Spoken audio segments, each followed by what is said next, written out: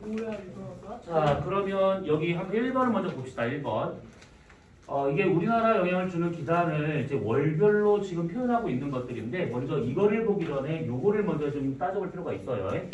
우리나라와 같은 경우는 요렇게 나눠서 봐줬을 때 요게 가로축과 같은 경우에는 위도를 말하고 있는 거라서 여기 위에서 발생하면 차가운 기단이 될 것이고 밑에서 발생하게 되면 더운 기단이 될 수 있는 것들이죠. 그 다음에 요 세로축은 이거 수륙 분포를 의미하고 있는 거라서 왼쪽에서 발생을 하게 되면 건조한 상태가 될 것이고 오른쪽에서 발생하게 되면 바다가 좀 많다 보니까 습도가 높은 그런 기단이다라고 볼 수가 있는 겁니다. 그래서 요 가로축과 세로축을 기준으로 해가지고 A와 같은 경우가 한랭 건조한 기단이고 얘가 한랭 수변, 얘가 온난 건조, 얘가 온난 수변 이런 식으로 쭉 나눠볼 수 있다라고 봐야겠지.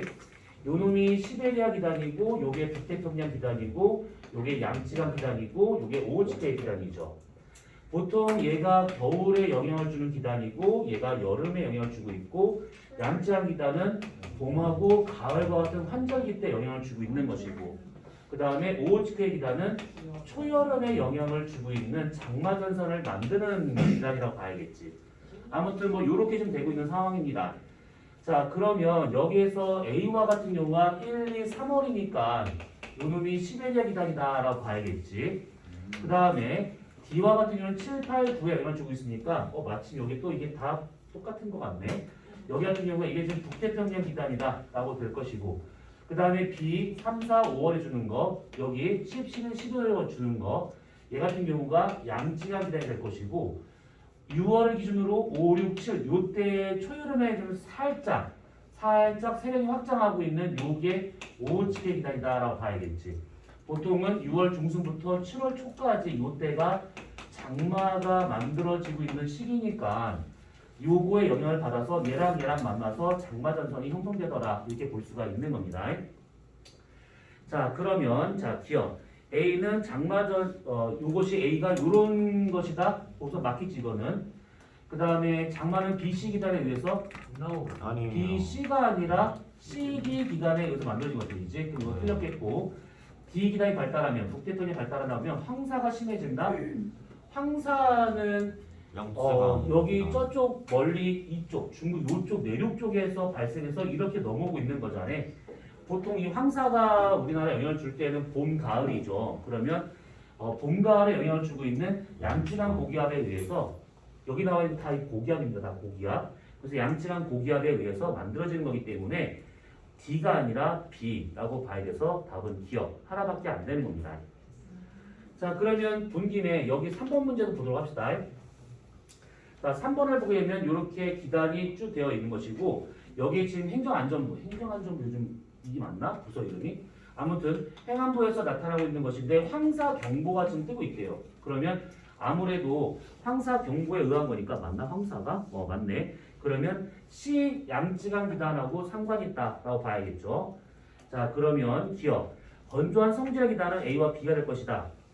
A와 B가 지금 위에서 발생하고 있는 거니까 한량한 기단이지. 건조는 왼쪽에 있어야 될 겁니다. A와 C. 그러면 기억 틀렸겠고 니은 기억은 직권, 기권의 상호작용으로 발생하였을 것이다. 황사와 같은 경우에는 땅에 있는 모래 먼지하고 그것을 불어서 우리나라 쪽으로 보내고 있는 기권. 직권과 기권의 상호작용으로 만들어지고 있는 중이죠. 그러면 니은은 맞겠지. 그 다음에 D가 확장한다. 그러면 이런 형태의 문제가 올 수 있을 것인가? 아니죠. 요거 양지가 기단이 확장하고 이동을 해야지만 황사가 더 많이 심하게 발생할 수가 있는 겁니다.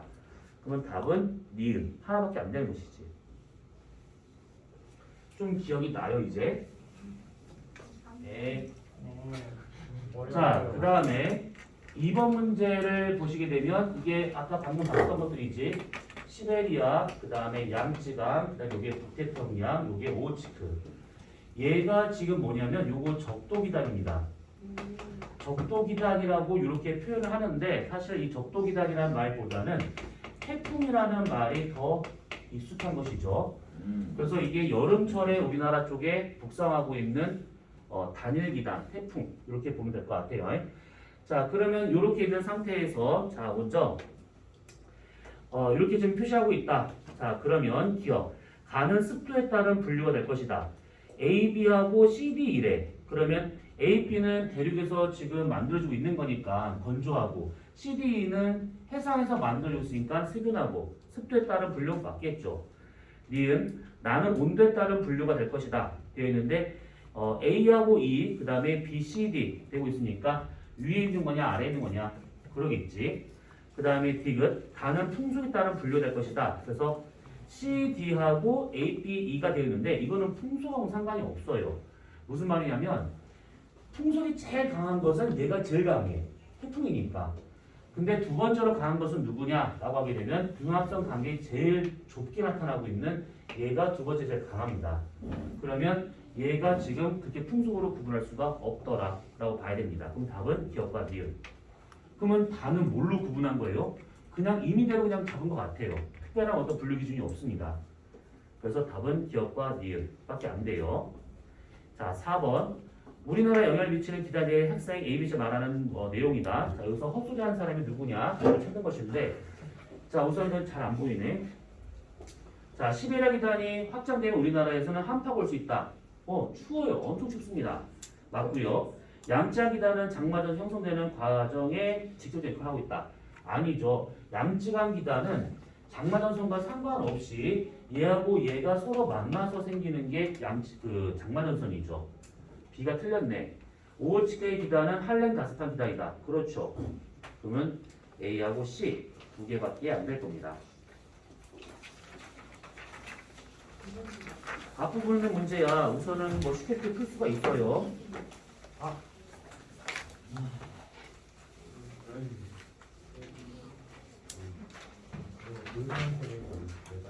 자, 그러면 그 뒤로 문제 한번 더 풀어보세요.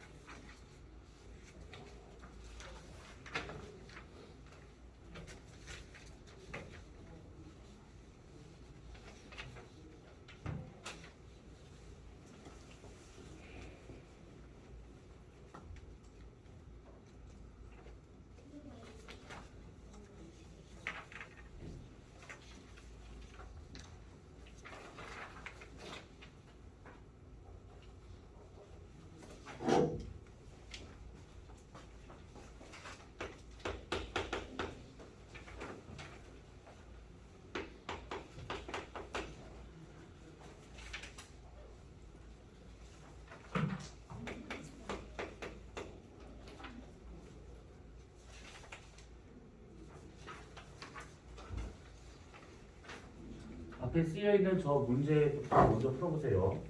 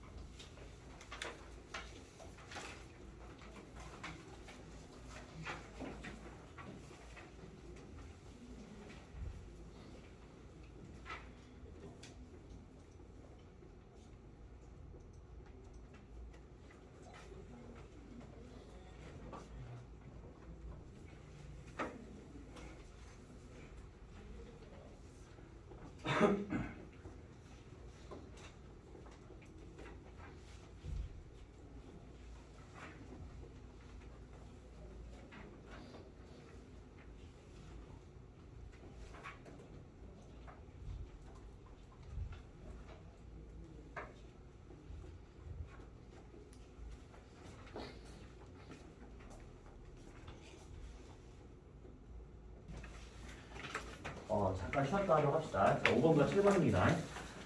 자, 우선 5번을 보게 되면 시베리아 기단이 서해를 건너 우리나라로 이동하는 모습을 나타내는 것들이다 되어 있는데, 시베리아 기단은 우선은 아주 차가운 육지 위에서 발생하고 있는 기단이지. 그러면 아주 건조한 상태에서 얘가 우리나라 쪽으로 이동하고 있습니다. 근데 문제는 얘가 확장할 때가 겨울이란 말이지.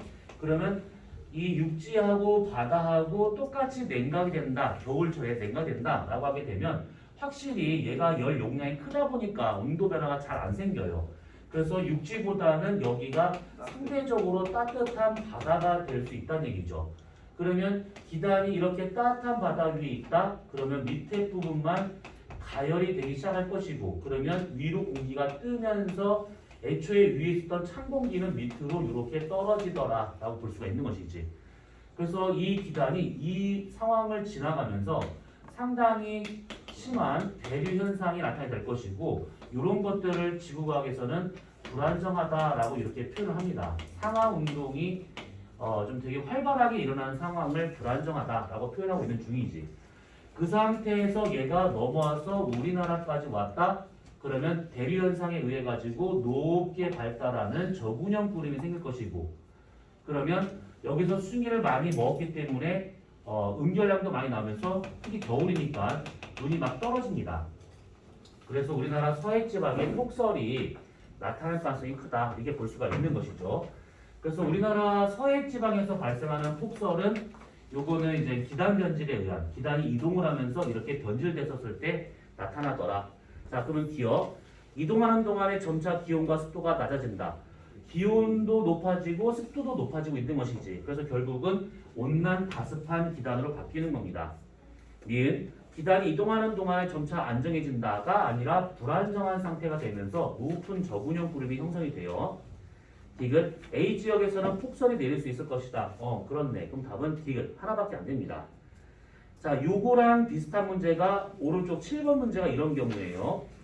자, 1월 어느 날의 위성 영상과 이날 서해안에 눈이 내린 원인을 설명한 보도자료이다 되어 있는데, 먼저 쭉 보시게 되면 한기를, 차가운 기운을 동반한 대륙고기압이 확장하면서 서해안에 많은 눈을 내렸다 되는데, 여기서 차가운 건조한 고기압, 시베리아 고기압이지. 한랭 건조한 고기압. 그리고 그것이 일반적인 겨울 한파가 쭉 했었을 때 그런 거 보면 한기가 남하하면서, 그러니까 차가운 기단이 남하를 하면서 해상을 통과할 때 쟤처럼 구름의 방향을 따라서 또 발생한다. 그래서 서해에 많은 눈이 지금 폭설이 내렸다라고 이렇게 지금 설명하고 있어서, 밑에 지금 사진을 보게 된다고 하면 우리나라 요 지방 근처 전 난리 났어요. 다 여기가. 그쵸? 다 지금 난리 난 상황입니다. 그래서 이런 식으로 지금 폭설이 내린 위성 사진이 나온 것이죠. 자, 그럼 여기서 옳은 설명, 기억. 이날 서해에 보이는 구름은 대부분 건충이 될 것이다 했는데, 구름들 중에서 이렇게 지면이 있잖아요. 그러면 이렇게 높게만 발달하는 이런 구름은 이거 저군형 구름이라고 말하지. 저군형 구름. 적은 쌓아놓다라는 뜻이고, 이렇게 차곡차곡 쌓아 올린 것처럼 생긴 구름의 모양, 저군형이라고 볼 수 있는 것이고, 그 다음에 지면에 가까이 있어서 이렇게 얇지만 조금 구름이 두툼하게 나타나는 이런 구름들을 난층운이라고 합니다. 층운형 구름 중에서 제일 고도가 낮은 구름이고 구름량이 그나마 많은 구름이야. 그 다음에 이 상층부 꼭대기에 흐무리하게 보이는 이런 안개처럼 보이는 구름들이 있는데, 이런 구름을 권운 또는 권층운이라고 말합니다. 보통은 층운형 중에서 눈이나 비가 온다 그러면 난층운에서 눈이 떨어지는 겁니다. 보통은 비도 마찬가지고, 여기에서는 수증기량이 워낙 적기 때문에 여기서는 강수 현상이 없다라고 보시면 돼요. 다만 사람이 여기 서가지고 고개를 들어서 하늘을 바라보잖아요. 그러면 여기 위에 있는 태양이나 달이 보입니다. 대신에 여기서 태양빛이나 달빛이 들어오다가 여기서 산란반사되기 때문에 이 사람이 봤었을 때 이 태양이나 달과 같은 경우는 주변이 뿌옇게 흐려지는 것처럼 살짝 보여요. 이렇게. 그래서 이 흐려진 이 현상을 무리라고 하는 것이지. 무리. 그래서 햇무리, 달무리 이런 식으로 표현하고 있는 것인데, 저렇게 된다고 하면 상당히 높은 고도에 있는 권운이나 권층운에 의해서 된 거다라고 보면 됩니다. 자, 그러면 기억은 틀렸겠지. 난층운도 이 정도의 폭설이 안 떨어집니다. 결국 저군형 구름에 의해서다라고 봐야겠지. 자, 니은 눈을 만든 수증기는 대부분 대륙고기압의 발원지에서 공급될 것이다. 대륙고기압이라면 대륙, 건조한 상태이기 때문에 거기서도 수증기를 갖고 온 게 아니죠. 얘가 확장하는 과정에서 서해에서 수증기를 따로 더 받아서 온 겁니다. 그러면 니은 틀렸겠고, 디귿. 확장에 의해 서해를 지나는 공기는 하층이 불안정해진다. 그쵸? 밑에 있는 공기가 불안정해지면서 위로 뜨기 때문에 이런 식의 저군형 구름이 만들어지고 있다라는 겁니다. 오늘 답은 디귿. 하나밖에 안 되겠지. 자, 그럼 잠깐만 쉬었다가 나머지 네 문제를 더 보도록 합시다.